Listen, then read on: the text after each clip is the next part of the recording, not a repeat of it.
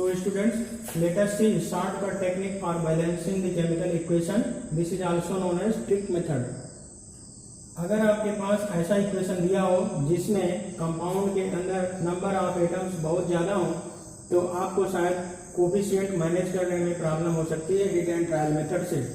तो ये trick method, आइए देखते हैं ट्रिक मेथड से कैसे हम इस इक्वेशन को बैलेंस करते हैं। तो सबसे पहले हमारे पास देखिए यहाँ पर दो रिएक्टेंट हैं, हम इसका कोफिशिएंट ए लगा देंगे, दूसरे का बी लगा देंगे, तीसरे का सी लगा देंगे और चौथे का डी। ये रिएक्टेंट है, इसका कोफिशिएंट हमने ए लगा दिया, दूसरे रिएक्टेंट का बी, प्रोडक्ट का फर्स्ट प्रोडक्ट का सी और सेकंड प्रोडक्ट का डी। अब अगर हमारे पास एक रिएक्टेंट और होता तो हम यहाँ पर सी लगा देते, यहाँ डी ई रख देते। अब देखते हैं, अब यहाँ पर हम देखते हैं कि यहाँ पर हमारा फर्स्ट एलिमेंट है कैल्शियम सी ए।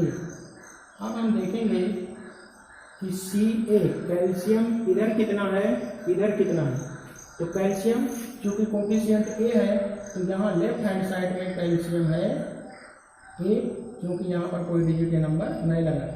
तो लेफ्ट हैंड साइड में कैल्शियम ए, राइट हैंड साइड में देखिए CA3, राइट हैंड साइड में कैल्शियम 3 और कोफिशिएंट C, तो इसका मतलब 3C।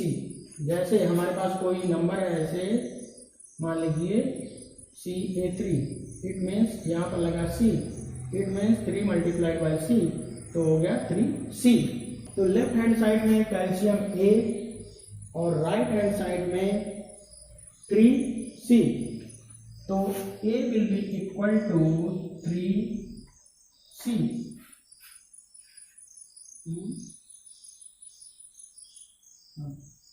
A will be equal to 3C. Next element carbon, left hand side में carbon A,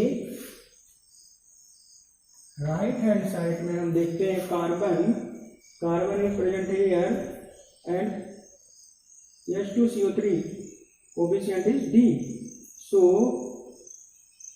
B number of carbon atom will be D, so A will be equal to D. Next element oxygen, number of oxygen atom 3 into A, 3A, here 3A and here 4 oxygen multiplied by B, तो 4B। तो left hand side में 3A here, 4B here, 3A plus 4B equal to here 4 oxygen multiplied by 2, 8 oxygen multiplied by C, 8C plus 3 oxygen multiplied by D, 3D। Next element is hydrogen. Hydrogen is 3 here, 3B equal to 2 hydrogen multiplied by D, 2D. Next phosphorus, B equal to 2 multiplied by P, 2 multiplied by C, 2C, B equal to 2C। अब हम इसके बाद देखते हैं, इसमें से जो भी थोड़ा 2 डिजिट के, इसमें देखिए A B C D 4 involve है, जिसमें किसी में केवल 2 ही इन्वॉल्व है, A और C, A और D या B और C। तो हम ध्यान रखते हैं कि जिसमें थोड़ी सी बड़ी डिजिट हो किसी तरफ, जैसे यहाँ 3 है, यहाँ 1 है, यहाँ 1 है, यहाँ 2 है, तो हम इसमें से इस बड़े डिजिट की वैल्यू मिलेंगली मान लेते हैं, 1 2 3 4 कुछ भी मान सकते हैं, इक्वेशन हमेशा बैलेंस आएगा। तो हम यहाँ सपोज कर लेते हैं, suppose C equal to 1। If C equal to 1, then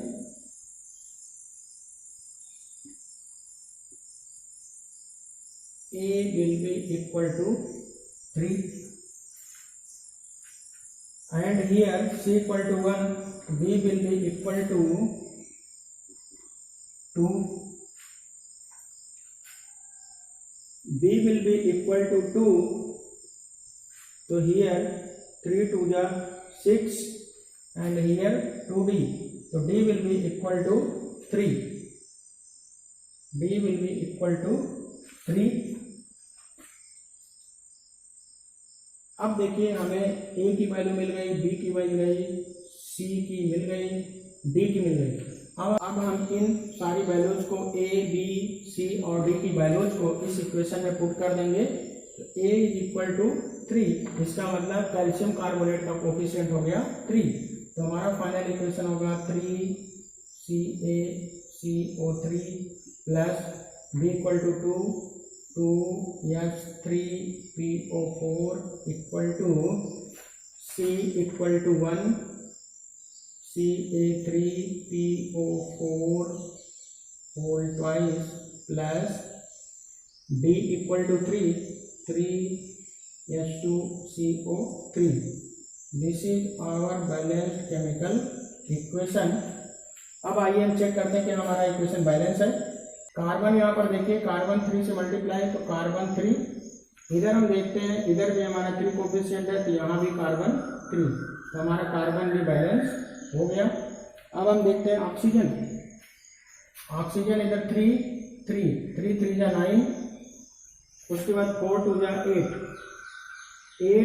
ये 3 into 3 equal to oxygen equal to 3 3 9 plus 2 4 जा 8 equal to 17 atoms. Left hand side में ऑक्सीजन के 17 एटम्स हैं। अब हम देखते हैं कि हमारे राइट हैंड साइड में 17 एटम्स हैं कि नहीं। यहाँ पर देखिए 4 2 जा 8 प्लस हियर 3 3 जा 9, 8 प्लस 9 इक्वल टू 17, तो हमारा ऑक्सीजन भी बैलेंस है। अब हम देखते हैं हमारा hydrogen, hydrogen left hand side में 3 2 जा 6, hydrogen is 6, right hand side में 3 2 जा 6, हाइड्रोजन इज आल्सो 6 हियर, तो हाइड्रोजन भी बैलेंस है। अब हम देखते हैं हमारा फास्फोरस, फास्फोरस इज 2 कोफिशिएंट है, फास्फोरस इज 2। इधर देखते हैं ये PO4 whole twice, here also phosphorus is 2, तो फास्फोरस भी बैलेंस है। ऑक्सीजन को हम ऑलरेडी देख चुके हैं, ऑक्सीजन हमारा बैलेंस है, तो इस तरह से हमारा केमिकल इक्वेशन बैलेंस हो गया। आइए हम अपना नेक्स्ट एग्जांपल देखते हैं। हम यहाँ पर कोफिशिएंट लगाएंगे A, इसका लगाएंगे B, इसका C, इसका लगाएंगे B। तो यहाँ पर हम देखते हैं सबसे पहला एलिमेंट है हमारा फास्फोरस, फास्फोरस का हमारे पास A लेफ्ट हैंड साइड में, राइट हैंड साइड में देखिए C से मल्टीप्लाई है, तो A equal to C। Left hand side में क्लोरीन देखिए, chlorine 5A equal to right hand side में D इंटू Cl D। इसके बाद हमारा है hydrogen, hydrogen 2B equal to hydrogen देखिए 3C plus D, 3C plus D। Oxygen B equal to here 4C। अब हम इसमें देखते हैं, ये देखिए यहाँ पर सबसे ज़्यादा है 5, तो हम यहाँ पर A की वैल्यू 1 मान लेते हैं। Suppose A equal to 1, then D will be equal to 5, D will be equal to 5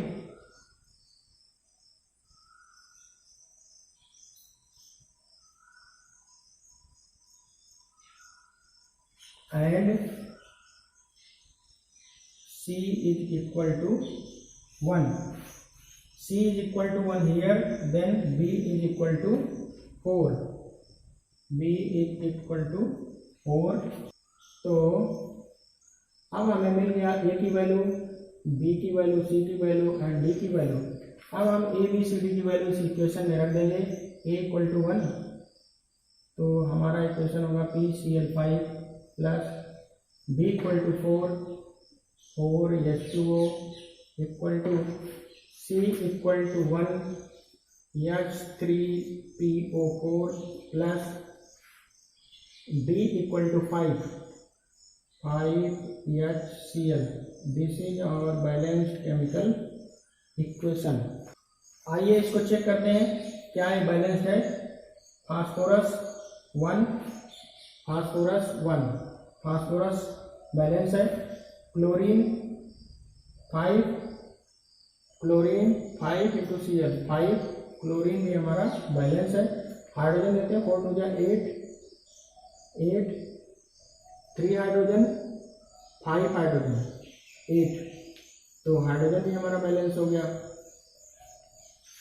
oxygen year 4 oxygen, तो ऑक्सीजन भी हमारा बैलेंस हो गया। तो इस तरह से हमारा केमिकल इक्वेशन बैलेंस हो गया।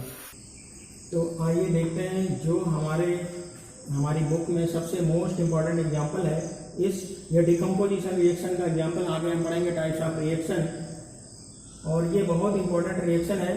तो हम इसको देखते हैं बैलेंस कैसे करेंगे। इसमें देखिए एक ही रिएक्टेंट है, 3 प्रोडक्ट हैं। हम इसका कोफिशिएंट A लगा देंगे, इसका कोफिशिएंट B लगा देंगे, इसका कोफिशिएंट C लगा देंगे, इसका कोफिशिएंट D लगा देंगे। तो हम देखते हैं सबसे पहले PB, इसको कट कर देंगे पूरा, ठीक है। PB here 1 A equal to PB A equal to B। Nitrogen here multiplied by A इधर 2, तो 2A equal to C। Oxygen 3 2 6 into A, 6A equal to here multiplied by B plus 2C plus 2D, B plus 2C plus 2D। अब इसमें हम A की value कुछ मान सकते हैं। A की वैल्यू 1 भी मान सकते हैं, 2 भी मान सकते हैं, 3 भी मान सकते हैं। इक्वेशन हमेशा बैलेंस आएगा, उसको हम इक्वेशन हमारा बैलेंस आएगा। तो देखिए हम मान लेते हैं suppose A equal to 2, then B will be equal to 2 and C will be equal to 4,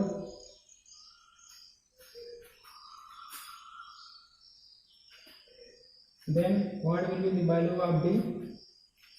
A equal to 2, 6 into 2 equal to B equal to 2 plus C equal to 4, 2 is 8 plus 2D, so 12 equal to 10 plus 2D।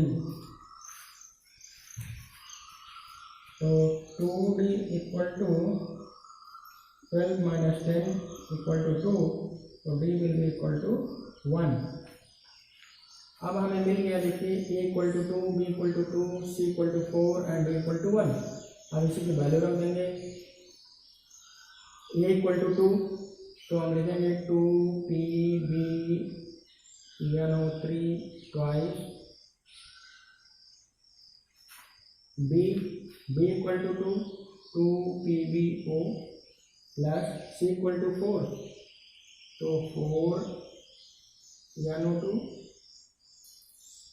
plus D equal to 1 O2। This is our balanced chemical equation। अब आइए हम जरा check करते हैं क्या हमारा ये balance है कि नहीं। देखिए यहाँ 2 Pb, यहाँ 2 Pb, nitrogen 2 nitrogen, here nitrogen 2 nitrogen इधर, और 2 से मल्टीप्लाई 2 पूजा 4 नाइट्रोजन, और यहाँ 4 नाइट्रोजन, तो हमारा नाइट्रोजन भी बैलेंस हो गया। ऑक्सीजन 3 पूजा 6 पूजा 12, यहाँ पर 2 4 पूजा 8 + 2 10 + 2 10 + 2 12, तो 12 ऑक्सीजन हियर, 12 ऑक्सीजन हियर, तो ऑक्सीजन भी बैलेंस है। तो ये हमारा केमिकल इक्वेशन हो गया बैलेंस। अब आप सोच रहे होंगे सर आपने यहाँ पर A = 2 ही क्यों लिया, A = 1 भी ले सकते हैं। जब A = 1 लेंगे तो A = 1 का मतलब ये सारे कोफिशिएंट हाफ हो जाएंगे, तो हमारा इक्वेशन ऐसा आएगा PbNO3 twice = PbO + 2NO2 + ½ O2, तो ये इक्वेशन भी हमारा बैलेंस है।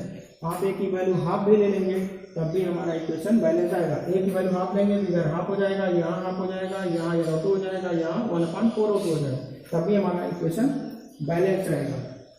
तो हमें उम्मीद है ये ट्रिक मेथड आपकी समझ में आया होगा। अगर इसका कंसेप्ट आपने बना लिया तो कोई भी बड़े से बड़े इक्वेशन को आप आसानी से कर सकते हैं। इसमें गलत होने के चांसेस आपके बहुत कम रहेंगे।